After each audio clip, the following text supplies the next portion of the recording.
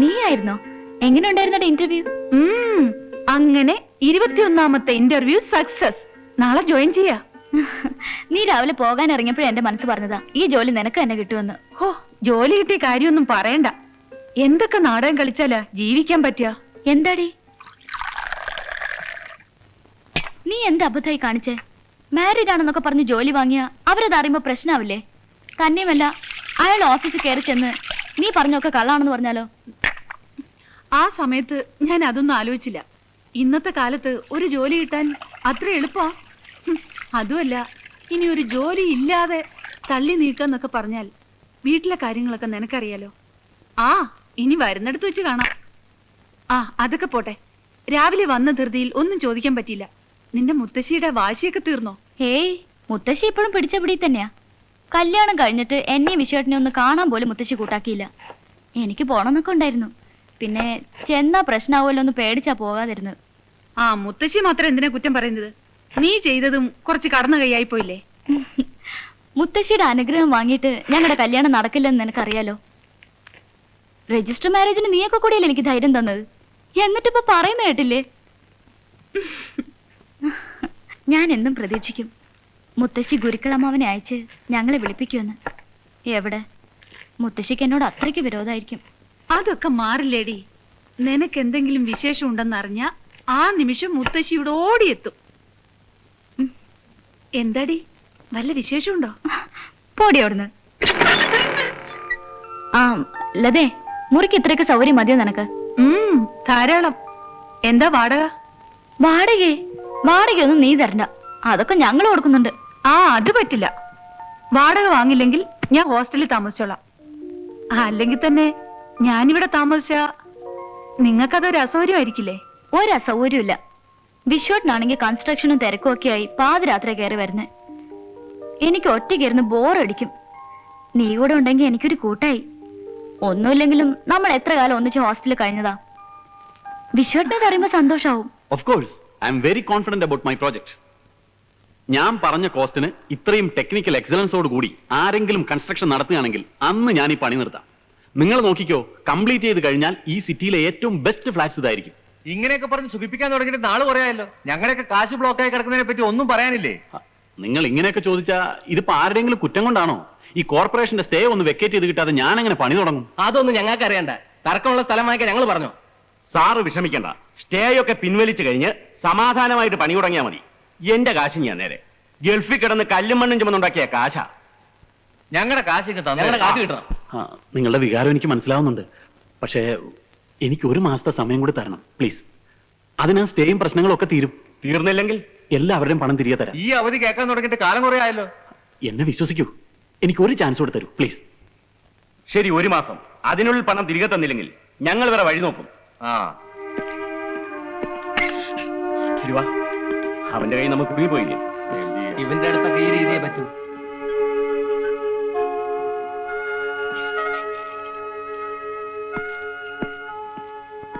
ഞാൻ ആ advocate Thomas മാത്യുവിനെ ഒന്ന് കണ്ടിട്ട് വരാം. ആരെങ്കിലും വിളിച്ചാൽ ഞാൻ ഇവിടെ ഇല്ലാന്ന് പറഞ്ഞാൽ മതി. ശരി സാർ.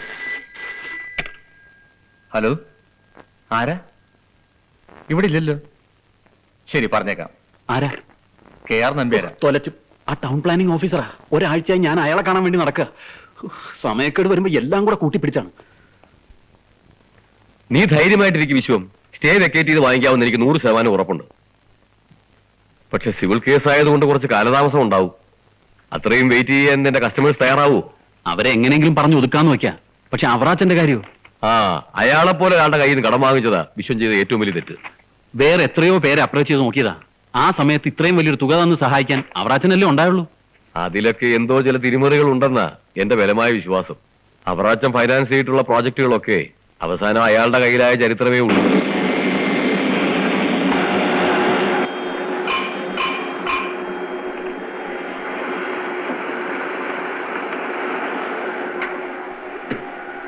എന്നതാണോ നീ പറയുന്നത്? ഇപ്പൊ ശരിയാവും എന്ന് പറയാൻ തുടങ്ങിയിട്ട് നാള് കുറെ ആയല്ലോ. ഇനി എപ്പ ശരിയാവുമെന്നാ? അല്ല അവറാച്ച, കേസ് വാദിക്കുന്നതോടൊപ്പം ഞാൻ വേറെ രീതിയിലും കാര്യങ്ങൾ നീക്കുന്നുണ്ട്. ഞാനിപ്പോ മന്ത്രിയെ കാണാൻ പോകുന്ന വഴിയാ. അതെന്തിനാണാവേ?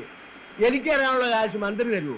അതല്ല അവറാച്ച, ഞാൻ താൻ മന്ത്രിയോ കളക്ടറെയോ ആരെ വേണമെങ്കിലും കണ്ടു, എനിക്കതൊന്നും അറിയേണ്ട കാര്യമില്ല. എനിക്ക് തരാനുള്ള കാശ് എപ്പോ തരുമെന്ന് മാത്രം പറഞ്ഞാൽ മതി. അല്ല അവറാച്ച, വല്ല നിവൃത്തി ഉണ്ടെങ്കിൽ ഞാൻ അവറാച്ചനെ ബുദ്ധിമുട്ടി. ഞാൻ ഇപ്പോഴേ പറഞ്ഞേക്കാം, ഈ കളി ശരിയാവത്തില്ലേ. അയ്യോ, അവറാച്ചനോട് അങ്ങനെ പറഞ്ഞാൽ എന്റെ പ്രതീക്ഷകളാകെ തകരും.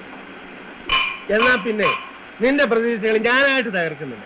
കുഞ്ഞു പോയിച്ചുമ്പോ ഒരു 10 ദിവസം അവധി കൂടെ തരാം. അതിനകം മുതലും പലിശയും തന്നില്ലെങ്കിൽ അല്ലേ വേണ്ട. ഇപ്പഴേ എന്തിനാ പറഞ്ഞു പേടിപ്പിക്കുന്നേ? അല്ല, 10 ദിവസത്തിനകം ഞാൻ... എന്നാലും അങ്ങനെ ആട്ടെ, ചെല്ലേ.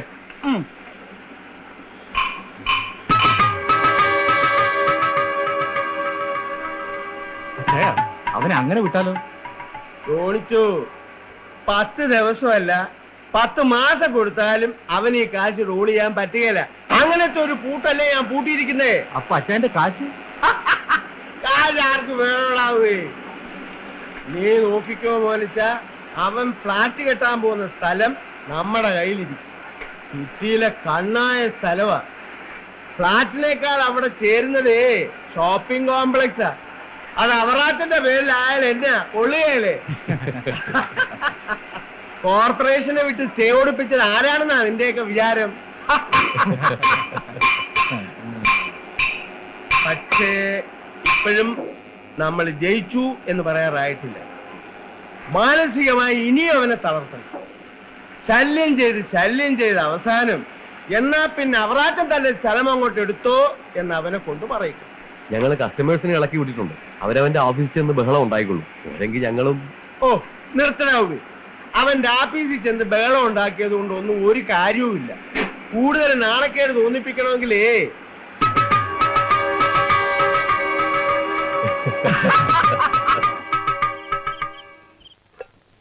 നീയും കൂടി ഇരിക്കേ.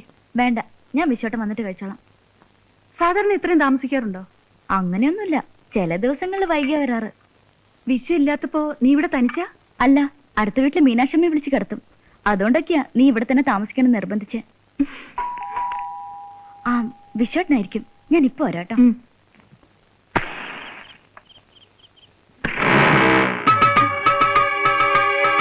ആഹാ, വാതിൽ അടച്ച് നേരത്തെ കയറി കിടന്ന് ഉറങ്ങിയോ? വിശ്വനാഥം ഇല്ല ഇവിടെ? ഇല്ല. ഫ്ലാറ്റ് പണിയെന്ന് പറഞ്ഞ് കാശും വാങ്ങി ആളെ പറ്റിച്ചിട്ട് ഒളിച്ചിരിക്കാ? അയ്യോ, അങ്ങനെയൊന്നുമല്ല. കോർപ്പറേഷന്റെ... ആ മതി, പെങ്ങള് പറഞ്ഞ് ബുദ്ധിമുട്ടൊന്നുമില്ല. അവനെങ്കിൽ വിളിച്ചേ. അയ്യോ, സത്യമായിട്ട് വിശ്വട്ടിന് ഈ കളി ഞങ്ങളോട് വേണ്ട. ഇതൊക്കെ എത്ര കണ്ടതാ. ആഹാ, അകത്ത് കയറി ഒളിച്ചിരുന്നിട്ട് അവൻ ഭാര്യയെ പറഞ്ഞ് വിട്ടിരിക്കുക. അങ്ങോട്ട് മാറ, അകത്തുണ്ടോന്ന് ഞങ്ങളൊന്ന് നോക്കട്ടെ. എന്താ നിങ്ങക്ക് പറഞ്ഞ മനസ്സിലായില്ലേ? ഇപ്പൊ അകത്തേക്ക് കയറാൻ പറ്റില്ല. ഞങ്ങൾ സ്ത്രീകൾ മാത്രമേ ഉള്ളൂ ഇവിടെ. അതൊന്നും ഞങ്ങൾക്ക് അറിയണ്ട. വിശ്വനാഥനെ ഇപ്പൊ കണ്ടേ പറ്റൂ. അവൻ അകത്തുണ്ടെന്ന് ഞങ്ങൾക്ക് അറിയാം. അങ്ങനെയെങ്കിൽ അങ്ങനെ. പക്ഷെ ഈ പടിക്ക് ഇപ്പഴും നിങ്ങൾ കടക്കില്ല. ഇത് കൊള്ളാമല്ലോ. ഞങ്ങളെ കാശ് വാങ്ങിച്ചു വെച്ച് ഞങ്ങളെ വീട്ടിൽ വിടുന്നു. ഇതെവിടെ തന്നെ ആയോ? പണം നിങ്ങൾ കൊടുത്തിട്ടുണ്ടെങ്കിൽ അത് വിശ്വട്ടം തരും. അല്ലാതെ രാത്രി കള്ളും കുടിച്ച് വീട്ടിൽ കയറി വന്ന് സ്ത്രീകളെ ഭീഷണിപ്പെടുത്തല്ല വേണ്ടത്. ആ ഇപ്പൊ പോണം. ഞങ്ങൾ ഇപ്പൊ പോവാ. പക്ഷെ അവൻ വരുമ്പോ ഒരു കാര്യം പറഞ്ഞേക്ക്, ഞങ്ങൾ അവന്റെ വെറുതെ വിടാൻ തീരുമാനിച്ചിട്ടില്ലെന്ന്. വാ മോനിച്ചാ.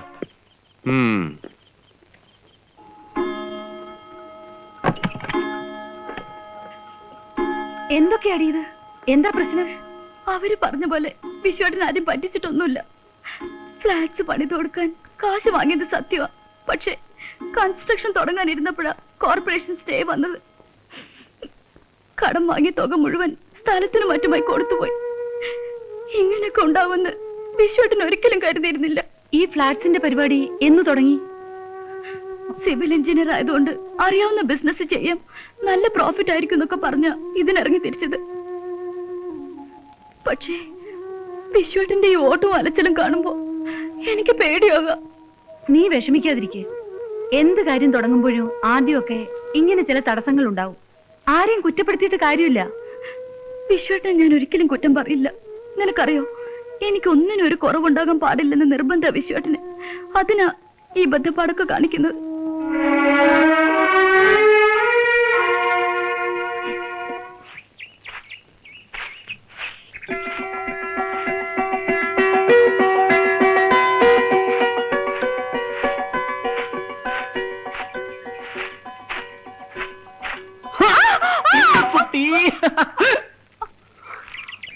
അയ്യോ, അത്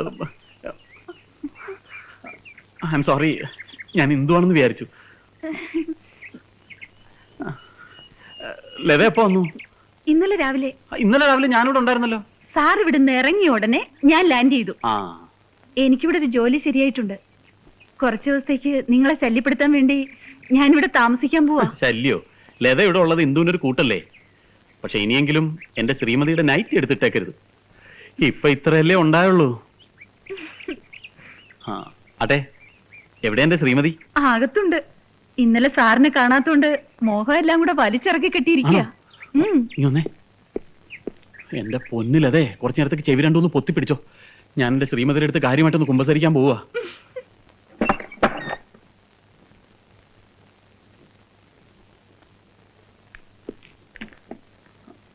സംഗതി ഇപ്പം ഇന്നലെ വരാൻ പറ്റില്ല എന്നുള്ളത് എന്റെ തെറ്റാ. പക്ഷെ അതെന്റെ തെറ്റാണോ? ഞാൻ മനഃപൂർവ്വം അല്ലല്ലോ വരാതിരുന്നത്. കോർപ്പറേഷൻ ഓഫീസിൽ ചെന്നപ്പോഴാണ് അറിയുന്നത് കാര്യം നടക്കണമെന്നുണ്ടെങ്കിൽ മന്ത്രിയെ പോയി കാണണമെന്ന്. അതിന് തിരുവനന്തപുരം വരെ പോകാതെ പറ്റുമോ? എന്നാ എടാ കഴുത, ആ വിവരം നിനക്ക് ഇന്ദുക്കുട്ടിയുടെ അടുത്ത് പറഞ്ഞിട്ട് പോയിക്കൂടെ? അതെ, പറഞ്ഞില്ല. അതാണ് ഞാൻ ചെയ്ത തെറ്റ്. എന്നിട്ട് എന്തായി, പോയ കാര്യം നടന്നോ? എവിടെ? അതിന് ഇനിയും 3-4 ദിവസം കൂടെ അവിടെ നിൽക്കണമെന്ന് നിൽക്കാരുന്നില്ലേ? അതിന് വേറെ ആളെ നോക്കണം. എന്റെ ഇന്ദുക്കുട്ടിയെ കാണാതെ ഒരു രാത്രി ഞാൻ കഴിച്ചു കൂട്ടിയ വിവരം എനിക്കും ദൈവത്തിനും മാത്രം. ദൈവത്തിന് എവിടെ നിന്ന് അറിയാനാണ്? എനിക്ക് മാത്രം അറിയാം. മതി മതി, വിശ്വട്ടിന് പുറത്തേക്ക് ഇറങ്ങി കഴിഞ്ഞാ എന്നെ പറ്റി ഒരു ചിന്തയില്ല. ഇന്ദു, നീ അത് മാത്രം പറയരുത്. ചിന്തയില്ലാഞ്ഞിട്ടാണോ ഞാൻ ഇത്രയും പെട്ടെന്ന് ഓടിയെത്തിയത്? വിശ്വട്ടിനറിയോ, ഫ്ലാറ്റ് കെട്ടിക്കൊടുക്കാന്ന് പറഞ്ഞ് വിശ്വട്ടൻ കാശ് വാങ്ങിച്ചവരൊക്കെ രാത്രിയാകുമ്പോ കള്ളും കുടിച്ച് ഇവിടെ വന്ന് ബഹളം ഉണ്ടാക്കുന്നത്. വിശ്വട്ടൻ അവരെ കാശങ്ങ് തിരിച്ചു കൊടുത്തേക്ക്. എന്നാ പിടിച്ചോ, എനിക്കൊരു പുല്ലിന്റെയും പൈസ വേണ്ട. പണം കണ്ടു കളഞ്ഞവനാ ഞാൻ. അവന്മാർക്ക് ഫ്ലാറ്റ് വേണ്ടെങ്കിൽ വേണ്ട, പോവാൻ പറ. വിശ്വട്ടിനെല്ലാം വളരെ നിസ്സാര. എന്ത് തുടങ്ങുമ്പോഴും വലിയ പ്രതീക്ഷകളാ, ലക്ഷങ്ങളുടെ കണക്കും പറയും. എനിക്കറിയാം വിശ്വട്ടൻ എന്നിൽ നിന്ന് എന്തൊക്കെയോ മറച്ചു വെക്കുന്നുണ്ട്. എന്റെ മോളെ, നിന്നോട് പറയാത്ത എന്തെങ്കിലും രഹസ്യം ഉണ്ടോ എനിക്ക്? നിനക്ക് വേണ്ടി വിശ്വം മുഴുവൻ പിടിച്ചടക്കും. നീ നോക്കൂ, ഈ ഫ്ലാറ്റുകളൊന്നും തീർത്തു കൊടുത്തോട്ടെ. ഇതിനേക്കാൾ ഉഗ്രം പ്രോജക്റ്റുകൾ എന്റെ മനസ്സിലുണ്ട്. നോട്ട് എണ്ണി എണ്ണി എന്റെയും നിന്റെയും കൈ കഴിക്കാൻ പോവുക. എന്താ കള്ളനോട്ടടിയാണോ? ഇതാണ് എനിക്ക് പിടിക്കാത്തത്. എന്റെ ആശാനെ, ഞാൻ ഇങ്ങനെ രാപകലില്ലാതെ കഷ്ടപ്പെടുന്ന എന്തിനാണെന്ന് തനിക്കറിയോ? കുറച്ചുനാൾ കഴിയുമ്പോ നമുക്കൊരു ജൂനിയർ ഇന്ദുക്കുട്ടി ഉണ്ടാവും. അവളെ കെട്ടിച്ചേക്കാൻ എത്ര ലക്ഷം രൂപ വേണമെന്നാ തന്റെ വിചാരം? അത് വേണ്ടി വരില്ല. അവൾക്ക് അവളുടെ അമ്മയുടെ സ്വഭാവമായിരിക്കും. എന്ന് വെച്ചാ ഏതെങ്കിലും ഒരു ജൂനിയർ വിശ്വനാഥന്റെ കൂടെ അവൾ ഇറങ്ങിപ്പോയാലോ? കൊന്നുകളയും ഞാൻ. അയ്യടാ, സ്വന്തം കാര്യം ഒന്നിപ്പോ പറയുന്ന കേട്ടില്ലേ? അതൊക്കെ പോട്ടെ, പോയൊരു സ്റ്റൈലും കാപ്പി എടുത്തോണ്ടോ. Coffee ready.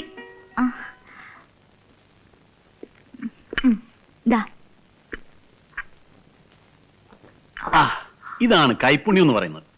ഇത്രയും നല്ല കാപ്പി എന്റെ ജീവിതത്തിൽ ഞാൻ ഇന്നുവരെ എന്റെ ഇന്ദുക്കുട്ടി ഉണ്ടാക്കിയേ കഴിച്ചിട്ടുള്ളൂ, അല്ലേ? മതി മതി, ഈ വാചകടിയിലെ പണ്ട് ഞാൻ വീണുപോയത്.